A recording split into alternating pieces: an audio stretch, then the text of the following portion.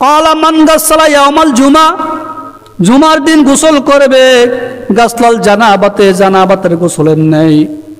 অপবিত্রকে পবিত্র হওয়ার জন্য যেভাবে গোসল করা হয়, ফরজ গোসল যেভাবে করা হয় ওইভাবে ভালোভাবে গোসল করে পুত পবিত্র হয়ে যেই ব্যক্তি জুমার ময়দানে আসবে, সুম্মা রাফা কান্নামা কররাবা বাদনাতান, সেই যেন একটি ওট আল্লাহ রাস্তায় দান করলো। কি করলো? একটা ওট, একটা ওট আল্লাহ রাস্তায় দান করলো।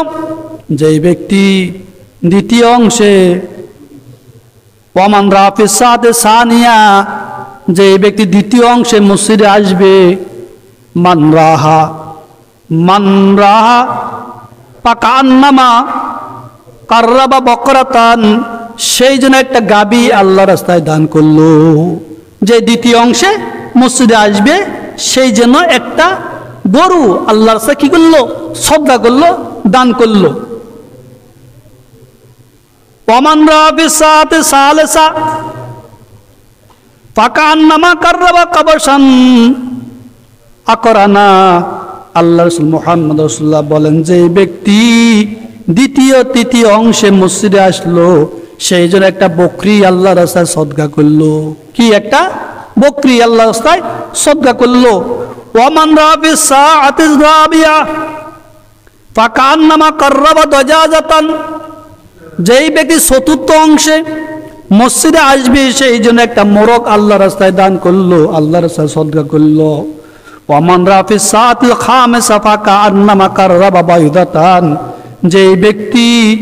যেই ব্যক্তি পঞ্চম অংশে মসজিদে আসলো সেই জন্য একটা মোরগ, একটা ডিম আল্লাহ রাস্তায় সদকা করলো, একটা ডিম সদকা করলো। ফাইদা খারা ইমাম হযরতুল মালাইকাতু ইসতামিউনা যিকরা,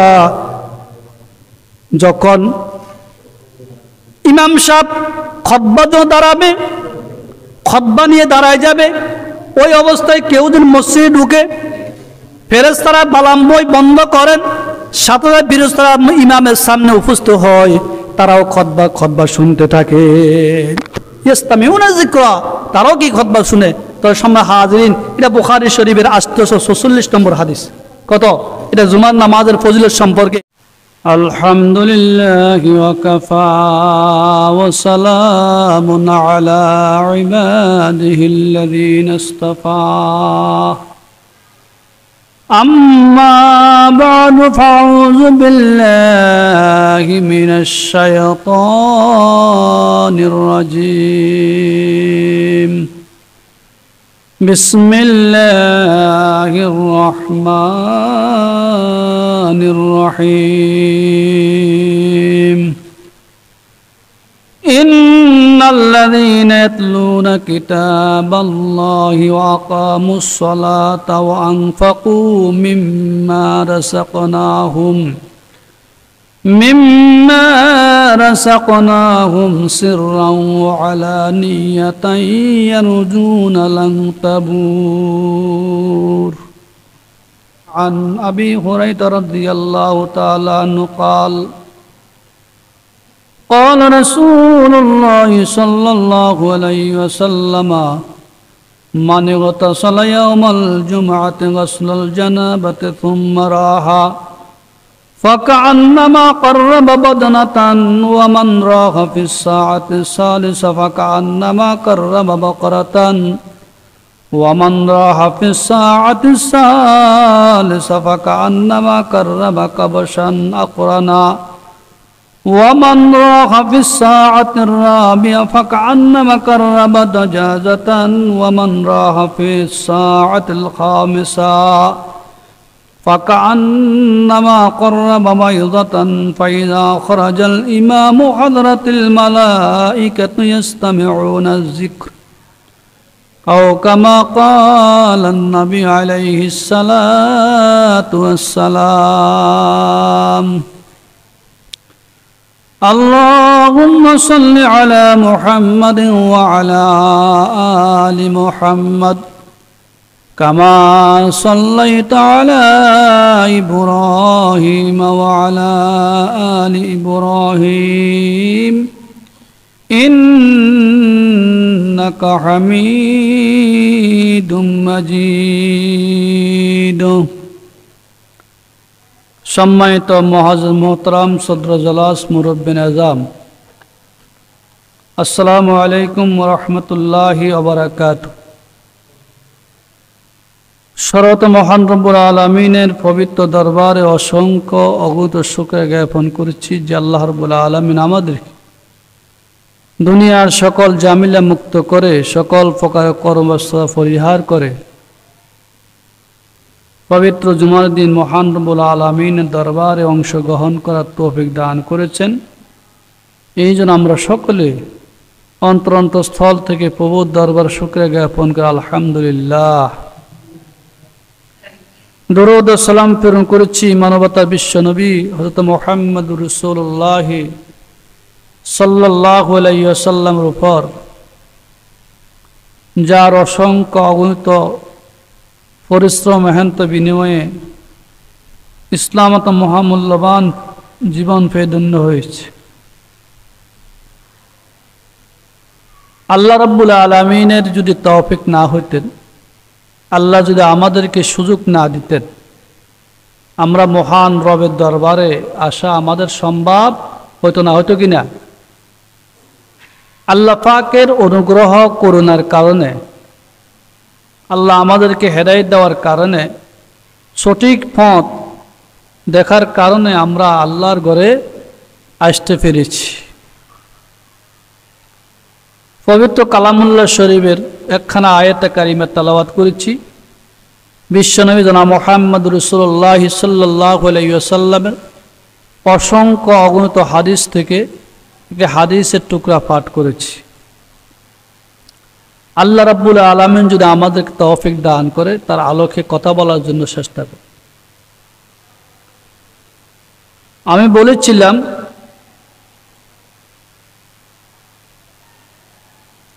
দুনিয়ার অনেক ব্যবসায়ী আছে, ব্যবসা বাণিজ্য করে। কেন করে? দুনিয়ার লাভের জন্য, দুনিয়ার মঙ্গলের জন্য, কল্যাণের জন্য, অর্থ সম্পদ টাকা বৃদ্ধির জন্য, নিজের পরিবার পরিজনকে চালানোর জন্য ব্যবসা বাণিজ্য করে। দুনিয়ার অনেক লাভবান, অনেক মানুষকে কোটিপতি, কে শিল্পপতি, বিভিন্ন পর্যায়ে ব্যবসা বাণিজ্যের মাধ্যমে কোটি কোটি টাকা অর্জন করে, দুনিয়াতে অনেক লাভ অর্জন করে। কিন্তু আখিরাতের একটা ব্যবসা আছে, পরকালের একটা কি আছে? ব্যবসা আছে।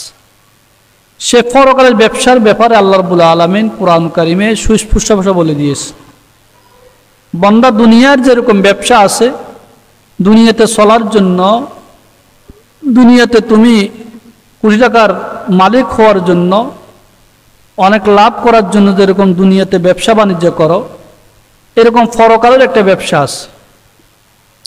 দুনিয়ার ব্যবসাটা হলো বিভিন্ন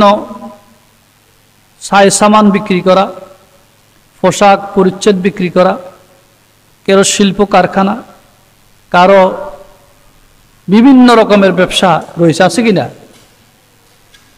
কেউ ট্রেন বিক্রি করে, কেউ মুদি দোকানে বিভিন্ন রকমের মুদি আসবাবপত্র বিক্রি করে। এক একজনে এক এক দিকে লাভবান হয়। কিন্তু পরকালে যে একটা লাভ আছে, পরকালে একটা যে মানবিক ব্যবসা আছে, ওই ব্যবসার প্রতি আমাদের কোনো কিনা খেয়াল নাই।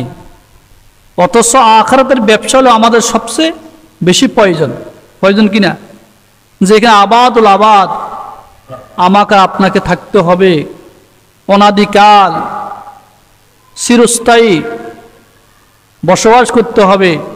সেই চিরস্থায়ী বসবাসের জন্য আমাকে সেই পুঁজি অন্বেষণ করতে হবে দুনিয়া থেকে। আল্লাহ রাব্বুল আলামিন আমাদের হায়াত আর মওত দুইটা জিনিস দান করেছেন। হায়াত আর মওতের মধ্যখানে একটা জীবন দান করেছেন, যে জীবনটা হলো কি পরীক্ষা। আল্লাযী খালাকাল মাউতা ওয়াল হায়াতা লিয়াবলুয়াকুম আইয়ুকুম আহসানু আমালা ওয়া হুয়াল আজিজুল গফুর। আল্লাহ বলতেছেন সুস্পষ্ট ভাষায়, আল্লাযী খালাকাল মাউতা ওয়াল হায়াতা, হায়াত আমি তৈরি করেছি, মওত আমি সৃষ্টি করেছি। হায়াত আর মওতের মধ্যখানে তোমাকে আমি একটা জীবন দান করেছি, যে জীবনটি হলো তোমার জন্য পরীক্ষা। লিয়াবলুয়াকুম আইয়ুকুম আহসানু আমালা, তুমি কোন উত্তম আমলটি করো, উত্তম কাজটি করো। উত্তম কাজ কি? আল্লাহ হাসান বলছে, আহসানা আমালা বলছে। দুনিয়ার অনেক আমল আছে, আছে কি না? একটা ব্যবসা করা সেটা একটা আমল, ক্ষেত খামারের কাজ করা সেটা একটা আমল, আবার নামাজ পড়া একটা আমল, রোজা রাখা একটা আমল। কোন আমলটি দামি? যে আমলটি উত্তম দামি সেটা হলো নেক আমল। কি আমল? নেক আমল। এই জন্য আল্লাহ বলছেন, আল্লাযী খালাকাল মাউতা ওয়াল হায়াতা লিয়াবলুয়াকুম আইয়ুকুম আহসানু আমালা। তো তোমাকে আমি হায়াত আর মওত আমি সৃজন করেছি, আর হায়াত আর মওতের মধ্যখানে একটা জীবন দান করেছি, যে জীবনটা তোমাদের পরীক্ষা স্বরূপ। সেই জীবনটি হলো 60-70 বছর হায়াতের জীবন। এই 60-70 বছর হায়াত পাওয়ার পরে আমি কোন কাজটি করতেছি? ভালো কাজ। কোন আমলটি করতেছি? পরকালের সেই সুখ শান্তির জন্য আমি কি করতেছি? তো আল্লাহ রাব্বুল আলামিন যারা নামাজ পড়বে তারাই মুমিন, যারা পরকালের কাজ করবে তারাই মুমিন, ঈমানদার। আর মুমিনদের জন্য রয়েছে জান্নাত। মুমিন যে আল্লাহকে কি করে? ভয় করে, প্রত্যেকটি কাজে কামে আল্লাহকে ভয় করে, সে হলো মুমিন। আর মুমিনের গুণ আল্লাহ রাব্বুল আলামিন, মুমিনের 2-3টি গুণ আল্লাহ পাক এই আয়াতের মধ্যে আলোচনা করেছেন, যেটা আমি পূর্ব বলেছিলাম। ইন্নাল্লাযীনা ইয়াতলুনাল কিতাব, একমাত্র যিনি আল্লাহর কিতাব তেলাওয়াত করে, কি করে? আল্লাহর কিতাব তেলাওয়াত করে। ও আকামুস সালাহ, নামাজ কায়েম করে। ও আনফাকু মিম্মা রাযাকনাহুম সিররান ওয়া আলানিয়াতান, আমি তাকে যে রিজিক দান করেছি সেই রিজিকটা সে খরচ করে। সিররান ওয়া আলানিয়া, গোপনে প্রকাশ্যে। ইয়ারজুনা লান তাবুর, আর সে আশা আকাঙ্ক্ষা করে এমন ব্যবসার, যে ব্যবসার কোনো কিনা ক্ষয় নাই, কি নাই? ক্ষয় নাই, লোকসান নাই। দুনিয়ার ব্যবসার ক্ষয় আছে, দুনিয়ার ব্যবসার লোকসান আছে, দুনিয়ার ব্যবসা ধ্বংস হয়ে যায় কিনা? যায়। সে একজন মানুষ কোটি কোটি টাকার মালিক, সে আবার রক্তের ভিখারি হয়ে যায়। অনেক শিল্পপতি অনেক শিল্প কারখানা বিক্রি করে, মাল সামা বিক্রি করে সে রক্তের ভিখারি হয়ে যায় না? সে শিল্প কারখানা দিয়েছে, অত কোটি কোটি টাকা সরকারের ঋণ আছে, কি আছে? ঋণ আছে। যেই ঋণ এরকম 5-10টা শিল্প কারখানা বিক্রি করলেও তার ঋণ শোধ হবে না, ঋণ শোধ হবে না। তো ওই শিল্পপতি তার এই লাভটা কি চিরস্থায়ী হয়েছে কিনা? তার ওই লাভটা কি তার কাজ আসছে কিনা? আসে নাই। তার লাভটা লোকসানে পরিণত হয়েছে। কিন্তু পরকাল যে ব্যবসা, আল্লাহ বলতেছে ওই ব্যবসা কি হবে না? ক্ষয় হবে না। ওই ব্যবসা কি হবে না? ধ্বংস হবে না। ওই ব্যবসা লাভ আর লাভ। আল্লাহ পাক সুবহানাহু ওয়া তাআলা যে সূরাতুস সফরের মধ্যে আল্লাহ বলতেছেন, ইয়া আইয়ুহাল্লাযীনা আমানু হাল আদুল্লুকুম আলা তিজারাতিন তুনজিকুম মিন আযাবিন আলীম। আল্লাহ পাক ঈমানদারদেরকে সম্বোধন করতে বলছে, হে ঈমানদার ব্যক্তিরা, আমি তোমাদের এমন একটি ব্যবসা বাতাই দিব না, এমন ব্যবসার খবর দিব না যেই ব্যবসা তোমাকে জাহান্নামের বেদনাদায়ক শাস্তি থেকে রক্ষা করবে। আল্লাহ বলছেন, হে ঈমানদার ব্যক্তিরা, হাল আদুল্লুকুম আলা তিজারাতিন তুনজিকুম মিন আযাবিন আলীম, আমি তোমাদেরকে এমন ব্যবসা বাতাই দিব না, এমন ব্যবসা শিখাবো না যে ব্যবসা তোমাদেরকে জাহান্নামের বেদনাদায়ক শাস্তি থেকে মুক্তি দিবে। সুবহানাল্লাহ। সেই ব্যবসাটা কি? সে ব্যবসার কথা আল্লাহ রাব্বুল আলামিন কোরআনে বলছেন, এটা কিয়ামত পর্যন্ত এক শ্রেণীর লোকেরা আপনাকে তার আলোচনা করে যাবে, বলে যাবে, শিক্ষা দিয়ে যাবে, আপনাকে খবর দিবে, অথচ আমার আর আপনার কি নাই খবর। তুকমিনুনা বিল্লাহি ওয়া রাসূলিহি ওয়া তুজাহিদুনা ফি সাবিলিল্লাহি বিআমওয়ালিকুম ওয়া আনফুসিকুম যালিকুম খায়রুল লাকুম ইন কুনতুম তা'লামুন। সেটা কি? সে ব্যবসার খবর আল্লাহ দিচ্ছে। তুকমিনুনা বিল্লাহি ওয়া রাসূলিহি, যারা আল্লাহ এবং তার রাসূলের উপর ঈমান আনবে, কি আনবে? আল্লাহ এবং তার রাসূলের উপর কি আনবে? ঈমান আনবে। ওয়া তুজাহিদুনা ফি সাবিলিল্লাহি বিআমওয়ালিকুম ওয়া আনফুসিকুম, তার জান এবং মাল দিয়ে আল্লাহর রাস্তায় শাহাদাত বরণ করবে। দুই নম্বর কি? জান আর মাল দিয়ে আল্লাহর রাস্তায় শাহাদাত বরণ করবে, আল্লাহর রাস্তায় যুদ্ধ করবে, মানে আল্লাহর রাস্তায় জিহাদ করে, জিহাদ ফি সাবিলিল্লাহর কাজে অংশগ্রহণ করে দ্বীনকে প্রতিষ্ঠিত করব, দ্বীনকে জিন্দা করব, বাতিলকে পৃথিবী থেকে শেষ করে দিবে। কে বলছেন? আল্লাহ বলছেন। 1400 বছর আগে আল্লাহ পাক কোরআন কারিমে বলে গেছেন, কিন্তু অথচ আমাদের কি নাই? খবর নাই। আছে কি নাই? খবর নাই। জান এবং মাল, এই দুইটা আল্লাহর রাস্তায় আমাকে আপনাকে দিতে হবে, জীবন দিতে হবে আর মাল দিতে হবে, অর্থ দিতে হবে। কারণ শুধু জীবন দিয়ে যুদ্ধ হয় না, হয় কি না? শুধু জীবন দিয়ে যুদ্ধ হয় না, কিন্তু কি লাগে? মাল লাগে। আর মাল কেন দিব? অস্ত্রের জন্য। কিসের জন্য? রাজপথে যদি ইসলাম প্রতিষ্ঠা করার জন্য, দ্বীন প্রতিষ্ঠা করার জন্য, আল্লাহর রাস্তায় জিহাদ করার জন্য কি লাগবে? তোমার জীবনের সাথে সাথে তোমার অস্ত্র লাগবে, তোমার সে হাতিয়ার লাগবে। লাগবে কিনা? সাহাবায়ে কেরাম রাদিয়াল্লাহু তাআলা আজমাইন শুধু নিজের জীবন দিয়ে শাহাদাত বরণ করেন নাই, আল্লাহর জমিনে আল্লাহ দ্বীনকে প্রতিষ্ঠা করার জন্য তিনি শাহাদাতের তামান্না নিয়ে সেই ময়দানে নেমেছেন, জান এবং মাল দুটোটা নিয়ে। তাবুকের যুদ্ধে আল্লাহ রাসূল মুহাম্মদ রাসূলুল্লাহ সাল্লাল্লাহু আলাইহি ওয়াসাল্লাম সাহাবায়েদেরকে ডাকলেন, একত্রিত করলেন। হে আমার সাহাবায়ে কেরাম, যুদ্ধ করতে হবে, জিহাদ করতে হবে, কে কি দিবা যুদ্ধের ময়দানে, সেটা সেই যুদ্ধের ময়দানের জন্য অংশগ্রহণ করো। হযরত ওসমান রাদিয়াল্লাহু তাআলা আনহু তার সম্পদের 3 ভাগে 2 ভাগ দিয়ে দিয়েছেন, শুধু 1 ভাগ রাখছে। এক সাহাবী মোটা অঙ্কের টাকা দিয়েছে, মোটা অঙ্কের টাকা, কিন্তু আবু বকর রাদিয়াল্লাহু আনহুর কাছে তখন কোনো টাকা নাই। এক সময় আল্লাহর রাস্তায় দান দক্ষিণা অর্থ সম্পদ ক্ষয় করতে করতে এক সময় ফকির হয়ে গেছে। কি হয়ে গেছেন? ইতিহাস লেখে আবু বকর রাদিয়াল্লাহু তাআলা আনহু চাইতে এত বেশি দান পৃথিবীতে কে করে নাই, এত দান করছেন। অর্থাৎ আবু বকর রাদিয়াল্লাহু তাআলা আনহু শিল্প কারখানা ছিল ওনার, উনি শিল্পপতি ছিলেন। মক্কার অলিতে গলিতে অনেক ব্যবসা ছিল আবু বকরের।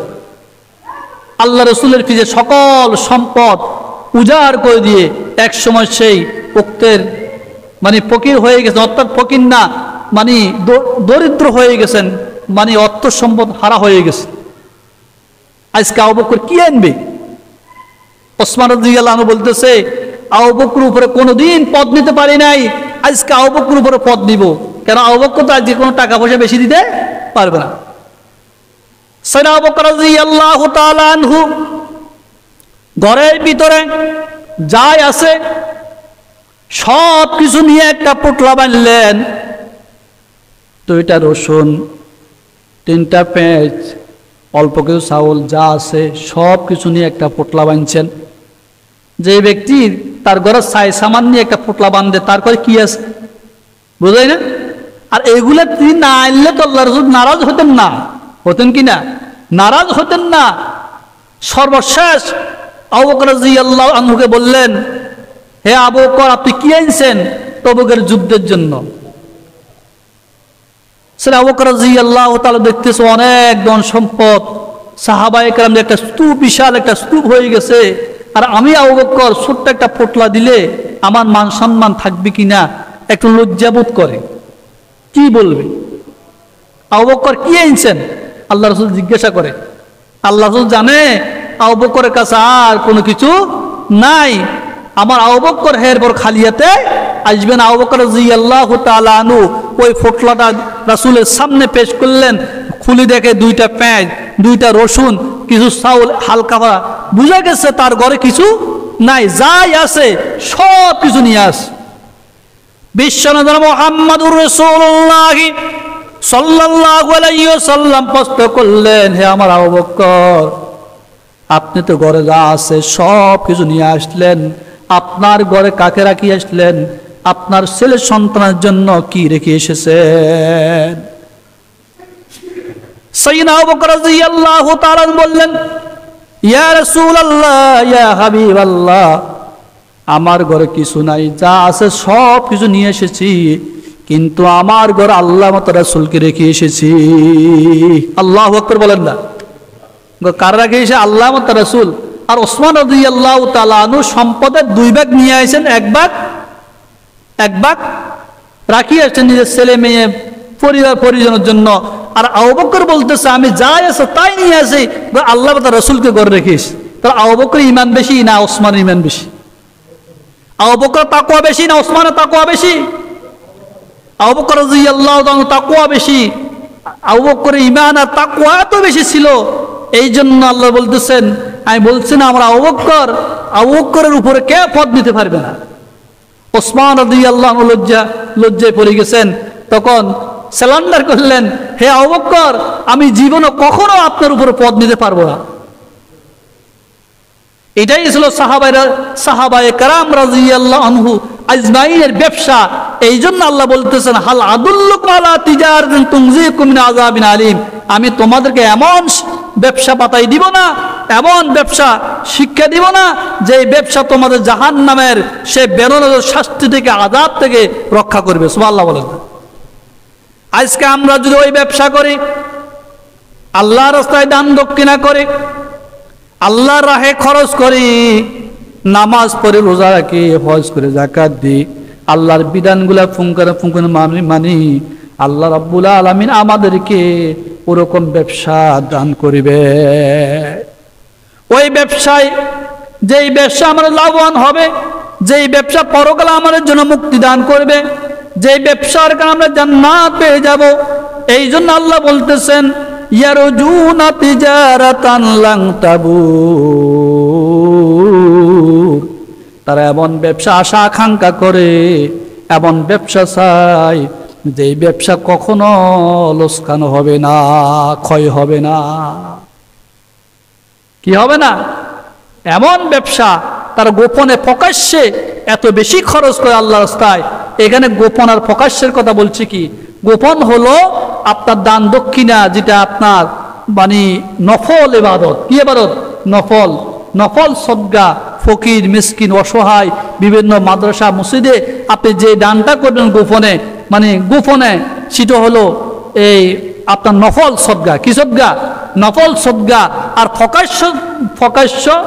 প্রকাশ্যর কথা বলা হয়েছে সিররা ওয়া আলানিয়া। প্রকাশ্য হলো আপনার যাকাত। কি? যাকাত। যার উপরে যাকাত ওয়াজিব হয়েছে, সে যাকাতের সম্পদগুলো কি দিবে? প্রকাশ্য দিবে। কি দিবে? প্রকাশ্য দিবে। আল্লাহ রাব্বুল আলামিন আমাদের জন্য কি রেখেছেন? পরকাল। এই জন্য আমাদেরকে পরকাল কামনা করতে হবে, পরকাল সেতে হবে, পরকালের ব্যবসা আমাদেরকে তৈরি করতে হবে, পরকালের পুঁজি আমাদেরকে অন্বেষণ করতে হবে। হবে কিনা? ওয়ায়াজিদাহুম মিন ফাদলিহি, আল্লাহ রাব্বুল আলামিন তাদেরকে আরো বৃদ্ধি করে দিবেন। ইন্নাহু গাফুরুন শাকুর, তিনি ক্ষমাশীল এবং শুকরগুজার। আল্লাহ। আমরা পরকালের জন্য আমাদেরকে কি করা দরকার? আজকে দেখেন না, সারা বিশ্ব খুন, গুম, হত্যা, ধর্ষণ পরিপূর্ণ হয়ে গেছে। গেছে কিনা? পরিপূর্ণ হয়ে গেছে। আজকে রাজপথ উত্তপ্ত। আজকে মানুষের রক্ত শুষি খায় কিনা? মানুষের রক্ত শুষে মানুষ হিংস্র প্রাণীর চেয়ে খারাপ হয়ে গেছে। একজন মানুষকে গুলি করে মারতে দ্বিধাবোধ করে না। ফসুত্তর জীবন, আমরা ফসুত্তর জীবনে কারাবদ্ধ। কেন? ঈমান না থাকার কারণে, আল্লাহর ভয় না থাকার কারণে, খওফ খোদা না থাকার কারণে, মুমিন না হওয়ার কারণে। যদি আল্লাহর ভয় ভীতি যদি আমাদের ভিতরে থাকতো, আজকে আমাদের এই পরিস্থিতি হতো না। হতো কি না? আজকে রাজপথে রক্তে রক্তাক্ত মুসলমানের ছেলে মেয়েদের রক্ত, সাধারণ নিরীহ মানুষের রক্তে রাজপথ লাল হয়ে আসে। মানুষ মানুষকে গুলি করে মারে, মানুষ মানুষকে গুলি করে মারতে দ্বিধাবোধ করে না। একটু যা কলিজা কাঁপে না, কাঁপে কিনা? কাঁপে। সাধারণ কোটা সংস্কার আন্দোলন, রাজপথ উত্তপ্ত। বাংলাদেশের 18 কোটি মানুষের একজন অভিভাবক বাংলাদেশের প্রধানমন্ত্রী, ঠিক না? বাংলাদেশের 18 কোটি মানুষের অভিভাবক, তিনি সকল ছাত্রছাত্রীর মা, শিক্ষার্থীর মা কিনা? তিনি একজন মা হিসাবে কি করা দরকার? তিনি একজন জননী। আমাদের দেশে আমাদের অনেক শ্রেণীর পেশার লোকেরা ওনাকে মা জননী উপাধি দিয়েছেন না? জননী উপাধি দিয়েছেন। একটা মা তার সন্তান যতই অন্যায় করুক না কেন, তার সন্তান যত অপরাধ করুক না কেন, একটা মা তার সন্তানকে কোনোদিনও গুলি করে না, করে কিনা? মা তার সন্তানকে কোনোদিনও পিটাইয়ে মারে না, মারে? তার মা তার সন্তানকে কোনোদিনও গালিগালাজ করে না। তার মা কোনোদিনও তার সন্তান কোনো ঘর থেকে বাইর করে দেয় না। হাজারো হাজার অপরাধ করে একটা সন্তান, করে কিনা? কিন্তু মা তাকে দোয়াই করে, বুঝায়, নসিহতমূলক কথা বলে কিনা? তাহলে সাধারণ যদি আমরা আমাদের দেশের প্রধানমন্ত্রী আমরা অভিভাবক হয়, অভিভাবক হিসাবে আমাদের জন্য কি করা দরকার? যখন রাজপথে কোটা সংস্কার আন্দোলন চলে, যে আমাদের প্রধানমন্ত্রী একটা কথা বলছে, হয়তো ভুল হইতে পারে, কিন্তু ওই ভুলকে সংশোধন করে নিতে পারতেন যে বাবারা ঠিক আছে, আমি যেটা বলছি কোটার সংস্কার 95% মুক্তিযুদ্ধে, 75% মুক্তিযুদ্ধের জন্য বাজেট করছি, আর 25% মানে মেধাবী ছাত্রছাত্রী বিভিন্ন ফ্যাসাসিবিদের জন্য, ঠিক আছে তোমাদের কথা আমি মানব, তোমাদের জন্য যে আমি কোটা বাড়িয়ে দিব, সমস্যা নাই। এই কথা বললে সব মিসমার ঠিক হয়ে যাচ্ছে, ঠিক না? আর সন্তানের রাজপথে আন্দোলন করতেন না, আর শিক্ষার্থীর রাজপথে নামতেন কিনা? কখনো নামতেন না। কিন্তু তার জায়গায় উনি বলছেন কি, এই দেশের মুক্তিযোদ্ধার ছেলে সন্তানের জন্য কোটা রাখবো না, কি রাজাকারের জন্য কোটা রাখবো? এই কথা বলার কারণে তো রাষ্ট্র উত্তপ্ত হয়ে গেছে। এই কথা বলা উচিত ছিল, এই কথা বলা দরকার ছিল না, ছিল কি না? এই কথা বলা দরকার ছিল না। বুঝাই বলতে পারতেন যে মানে শিক্ষার্থীরা তোমরা থামো, রাজপথে নামার প্রয়োজন নাই, আমি তোমাদের সব সমাধান আমি করে দিব, কোটার ব্যবস্থা করে দিব, সমস্যা নাই, মুক্তিযুদ্ধে এত কোটা রাখবো না। অভিভাবক হিসাবে এই কথা বললে শেষ সবকিছু নাকি? কিন্তু একটা কথার কারণে আজকে সারা বাংলাদেশের রাজপথ উত্তপ্ত, শত শত ছেলে মেয়েরা মানে সে গুলিবিদ্ধ, গুম, খুন, হত্যা, ধর্ষণ, ঠিক না? এটা তো আমরা কামনা করি না। এটা আমাদের দেশের মুসলমানের দেশে মুসলমান এটা চাই না কখনো। জঙ্গিবাদ আমরা কখনো তৈরি করি না, জঙ্গিবাদকে আমরা জাগারি না। সব জঙ্গির বিরুদ্ধে বাংলাদেশে ওলামায়ে কেরাম আছে, বাংলাদেশের মুসলমান আছে। জঙ্গির বিরুদ্ধে, যারা মাদক আসক্তের বিরুদ্ধে, সে সুদখোরের বিরুদ্ধে, গোড়াখোরের বিরুদ্ধে এই দেশের জনগণ সুচ্চার, এই দেশের আলেম ওলামা সবসময় কথা বলে, সরকারও কথা বলে। সরকার আমাদেরকে সবসময় একটা মেসেজ দেয় যে জঙ্গির বিরুদ্ধে কথা বলার জন্য, সেই মাদক আসক্তদের বিরুদ্ধে কথা বলার জন্য, সেই গোড়াখোরদের বিরুদ্ধে কথা বলার জন্য সরকার আমাদেরকে সব মেসেজ দিচ্ছে।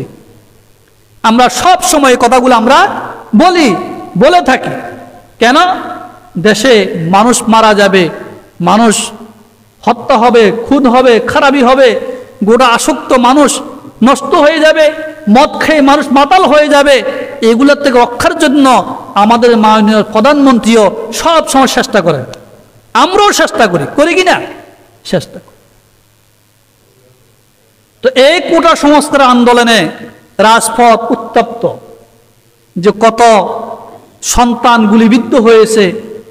আমাদের বিশ্ববিদ্যালয়ের একটা ছাত্র আবু সাইদ, সে তো সরাসরি তাকে হত্যা করা হয়েছে, পুলিশ তাকে সরাসরি গুলি করছে। এটা তো কেউ মানে নিবে না, এটা আমাদের প্রধানমন্ত্রীও মানে নিবে না। মানবে কি না? প্রধানমন্ত্রীও মানবে না, কোনো মন্ত্রীও মানবে না। তো এই সন্তানকে গুলি করে মারা তো কোনো দরকার ছিল না। আপনি রাজপথ থেকে ছেলেদেরকে লাঠি দিয়ে বা বিভিন্ন রকমের পরামর্শ দিয়ে তাদেরকে সরাই দেন। যেইভাবে গুলি করা হয়, হেলিকপ্টারে করেও গুলি করা হয়, পানি মারা হয় নাকি, রাজপথে যেইভাবে ট্যাঙ্ক নামানো হয়েছে। তো আমরা তো সাধারণ মানুষেরা মনে করি আমাদের দেশে একটা যুদ্ধ চলে, ঠিক না? আমাদের দেশে একটা যুদ্ধ চলে। এই যুদ্ধটা কেন? মুসলমান হানাহানি কেন? মুসলমান মারামারি কেন? মুসলমান রক্ত শুষি খায়? একমাত্র আমাদের অভাব হলো ঈমান আর আকীদা আমাদের নাই, ঈমান নাই, আমল নাই, আমাদের ভিতরে নামাজ নাই, আল্লাহর হুকুম মানি না, অন্যায় অপরাধ করি, জুলুম করি, সুদ খায়, ঘুষ খায়, মানুষ সরকারি মালকে অবৈধভাবে খরচ করে। এইভাবে দেশের বিভিন্ন রকম ভাবমূর্তি নষ্ট হচ্ছে। এই জন্য আমাদের পরিণতি, অন্য কিছু না। আমাদের প্রধানমন্ত্রী যদি দেশের দিকে লক্ষ্য করতেন, দেশের জনগণের দিকে লক্ষ্য করতেন, শান্তিপূর্ণভাবে যদি দেশ পরিচালনা করতেন, এইভাবে যদি গুম খুন না হইতো, এই দেশে আপামর জনসাধারণ সরকারকে বসায় রাখতেন না, প্রধানমন্ত্রী বসায় রাখতেন না যে আমাদের কোনো সরকার দরকার নাই, আমাদের এই সরকার প্রয়োজন। ঠিক আছে, আমাদের জন্য ভালো কাজ করতেছে, দেশ উন্নত হতেছে, রাস্তাঘাট করা হচ্ছে, বিভিন্ন দেশের স্বার্থে কাজ করতেছেন। এই সমস্ত কাজ করলে না আমাদের কি হতো? দেশের জনগণ শান্তিপ্রিয় হতো। আজকে দেশের জনগণ তো শান্তিপ্রিয় নয়, সাধারণ পেশাজীবী মানুষেরও তো দেশে আন্দোলন করতেছে না। যে সমস্ত ছেলেরা খুন হয়েছে তাদের মা বাপ কি দুঃখ করেন না? সেই দিন পত্রিকাতে পেলাম, খবরে পেলাম, একজন পুলিশ কনস্টেবলের ছেলে গুলিবিদ্ধ হয়েছে। কি হয়েছেন? গুলিবিদ্ধ হয়েছে। ওই ছেলেটা এক বাবার এক ছেলে, ওই পুলিশের এক ছেলে, সেই ঘর থেকে রাতের গভীরে বাইর হয়ে গেলেন রাজপথে তার বন্ধু বান্ধবের সাথে, মানে কি করবে? কোটা সংস্কারের বিরুদ্ধে আন্দোলন করবে। দেখেন, একজন পুলিশের ছেলে, তার মাথার ভিতরে তো কি সেটা ঢুকছে, এক সময় আমাদের এই মেধা তালিকা থাকবে না, আমরা লক্ষ লক্ষ টাকা খরচ করি, লেখাপড়া করি, জ্ঞান অর্জন করি, একদিন লেখাপড়া শেষ করে বাইর হব, শেষ পর্যন্ত আমাদের কোটাও থাকবে না। থাকবে কি না? আমাদের কোটাও থাকবে না। এই চিন্তা চেতনায় তার মাথায় লাগছে কিনা, এই জন্য সে ঘর থেকে বাইর হয়েছেন। সে রাজপথে নেমে সেইখানে ছাত্রদের সাথে আন্দোলন করেছেন। সেই আন্দোলনে সেই পুলিশ কনস্টেবলের ছেলে মারা গেছে। রাত্রে যখন ছেলেকে পাচ্ছে না, ছেলে কই, রাজপথে বাইর হয়েছেন, ঘরে নাই, মা বাইর হয়েছে একদিকে, বাবা বাইর হয়েছেন আরেক দিকে, দেখতেছে লাশ ঘরে যায়, দেখে যে তার ছেলে রক্তাক্ত অবস্থা পড়িয়েছে। তখন তার উপরের কর্মকর্তা যিনি অফিসারকে ফোন দিছে, স্যার আমার ছেলে লাশ ঘরে রক্তাক্ত অবস্থা পড়িয়েছে, যে একটা ছেলেকে মারতে কয়টা গুলির প্রয়োজন, একটা ছেলেকে মারতে কয়টা বুলেটের প্রয়োজন, কয়টা বুলেট লাগে, অর্থাৎ জাজরা করে ফেলছে, এত মারা মারছে, জাজরা করে ফেলছেন। তো মানে পুলিশের গুলিয়ে আপন পর চাই না, শত্রু মিত্র চাই না, নিজে আপনজন চাই না, চাই কিনা? যে পুলিশ গুলি করেছেন, গুলিয়ে চাই না পুলিশ, এটা তো আপনার ছেলে, আমি আপনার ছেলেকে হত্যা করবো না, এই কথা বলছে বুলুটে বলছে? বলে নাই। বুলুট আপনি যাকে মারিবেন সেই শেষ হয়ে যাবে, সেই শেষ হয়ে যাবে। এই যে দাঙ্গামা হাঙ্গামা আজকে আমাদের দেশে, রাস্তাঘাট রক্তে রঞ্জিত মুসলমানের ছেলে নিহত, ভার্সিটির স্কুল কলেজের ছাত্র নিহত হচ্ছে, এই হাজার হাজার ছেলে মেয়ে মারা যাচ্ছে, গুম হচ্ছে। কারণটা কি? ঈমান আর আমলের কারণ। আমাদের কি নাই? ঈমান নাই, আমল নাই। মুসলমানদের ভিতরে যতক্ষণ পর্যন্ত ঈমান আর আমল মজবুত না হবে, ঈমান আর আমল না থাকবে, ততক্ষণ পর্যন্ত আল্লাহ পাক একজন জালেম সরকার তার উপর চাপিয়ে দিবে। বুঝতে পারছেন? জালেম সরকার চাপিয়ে দিবে। ক্ষয়ক্ষতি কার হচ্ছে? আমাদের হচ্ছে। আমাদের হচ্ছে না? কত নিরীহ মানুষ মারা যাচ্ছে। আমাদের পাশে একটা এলাকার একটা নিরীহ ছেলে গুলিবিদ্ধ মারা গেছে। তার ছেলেকে নিয়ে ঘর থেকে বাইরে হয়েছেন, একটু কিছু কিনবে, এই অবস্থা তার গুলি করে দেওয়া হয়েছে। এই অবস্থা গুলি করে দেওয়া হয়েছে। আল্লাহর গজব আসি যাবে।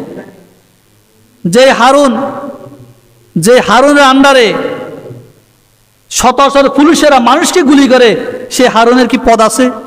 বলেন, তার পদ আছে? নাই। তাকে সে বহিষ্কার করা হয়েছে। তার বিভিন্ন খারাপ দৃশ্য দেখার পরে তাকে সেইখানে বহিষ্কার করা হয়েছে। সেই শিক্ষার্থীদেরকে নিয়ে সেই হোটেল খুলছে, বিরিয়ানি পাকা। হাইকোর্ট তার বিরুদ্ধে কথা বলছে। অ্যাটর্নি জেনারেল বলছে, তুমি কি এখানে হোটেল খুলছো?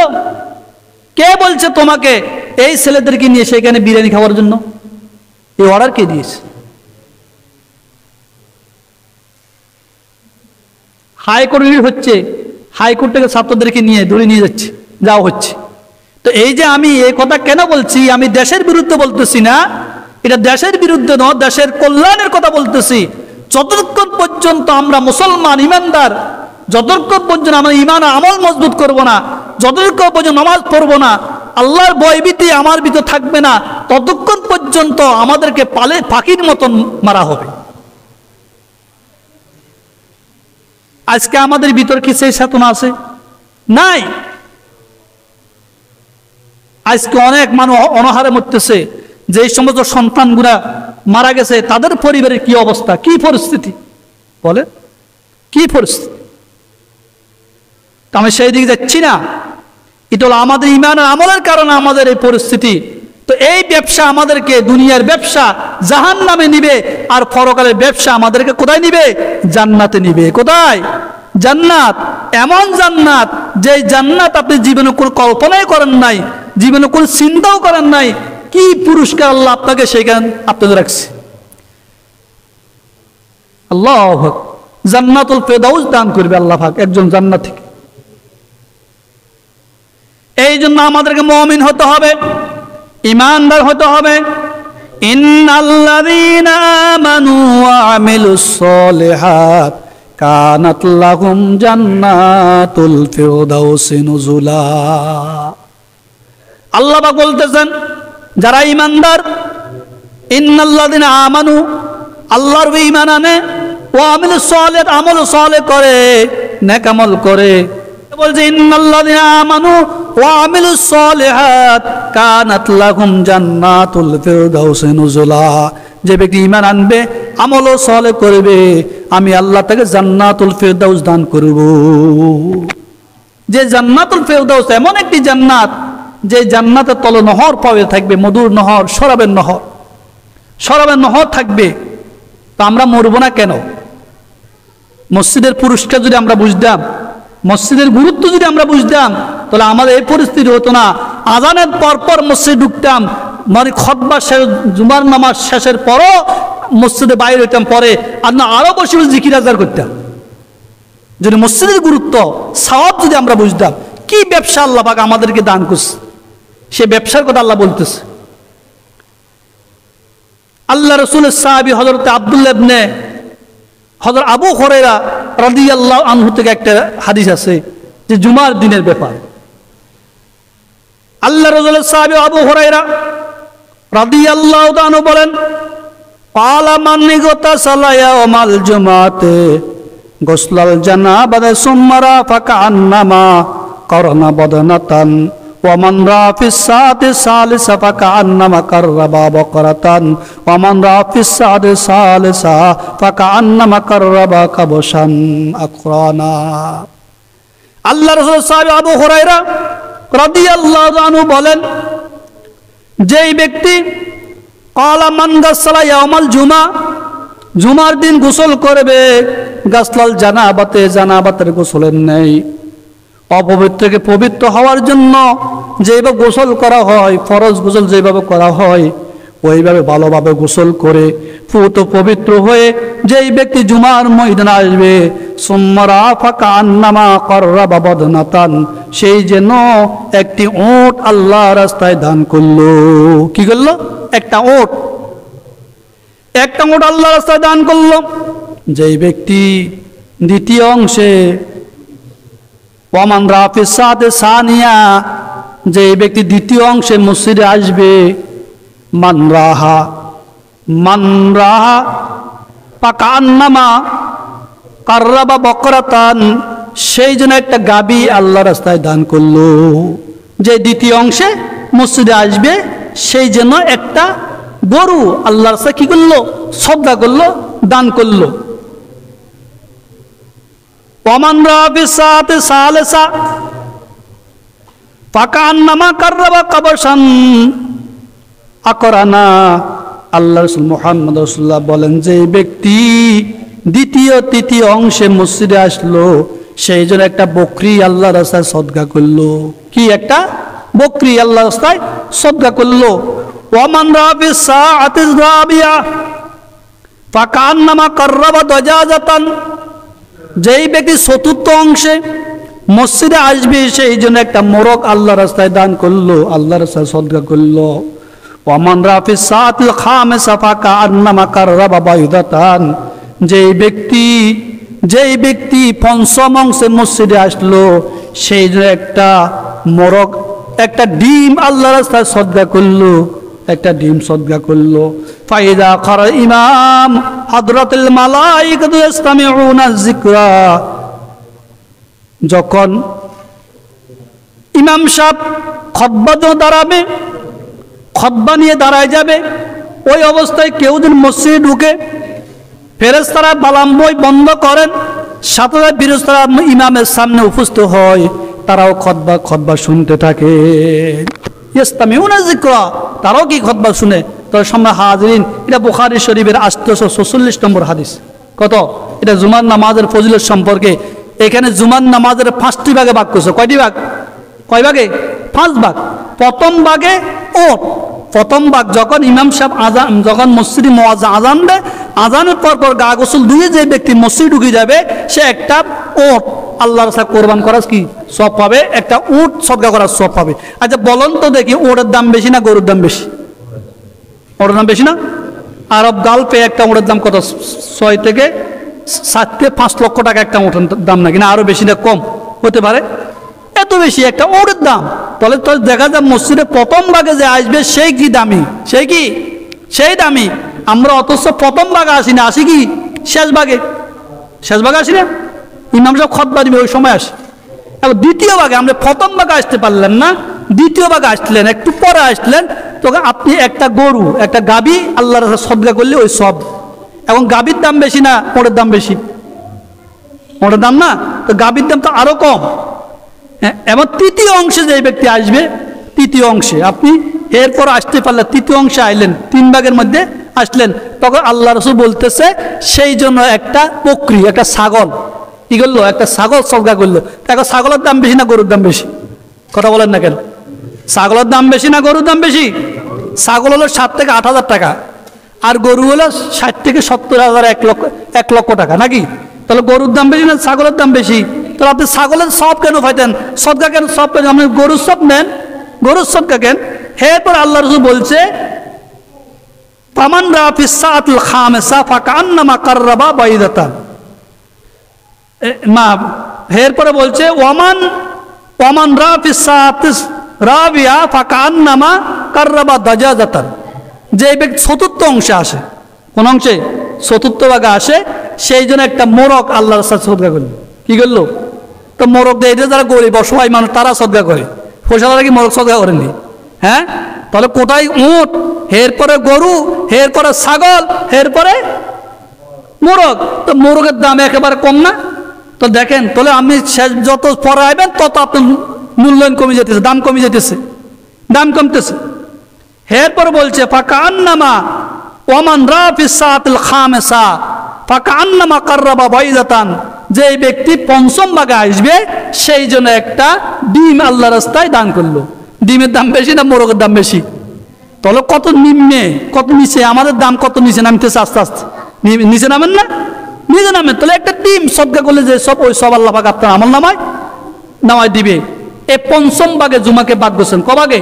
এখন বলেন তো, আমরা প্রতিদিন ডিমের সব পাই, কিন্তু মোরগের সব পাই না, গরুর সবও পাই না, ওরা সব তো ফাইতেছি না, কিন্তু আমরা ফাইতেছি কে? ডিমের সব। আবার কে কাজে ডিমের সবও পা না।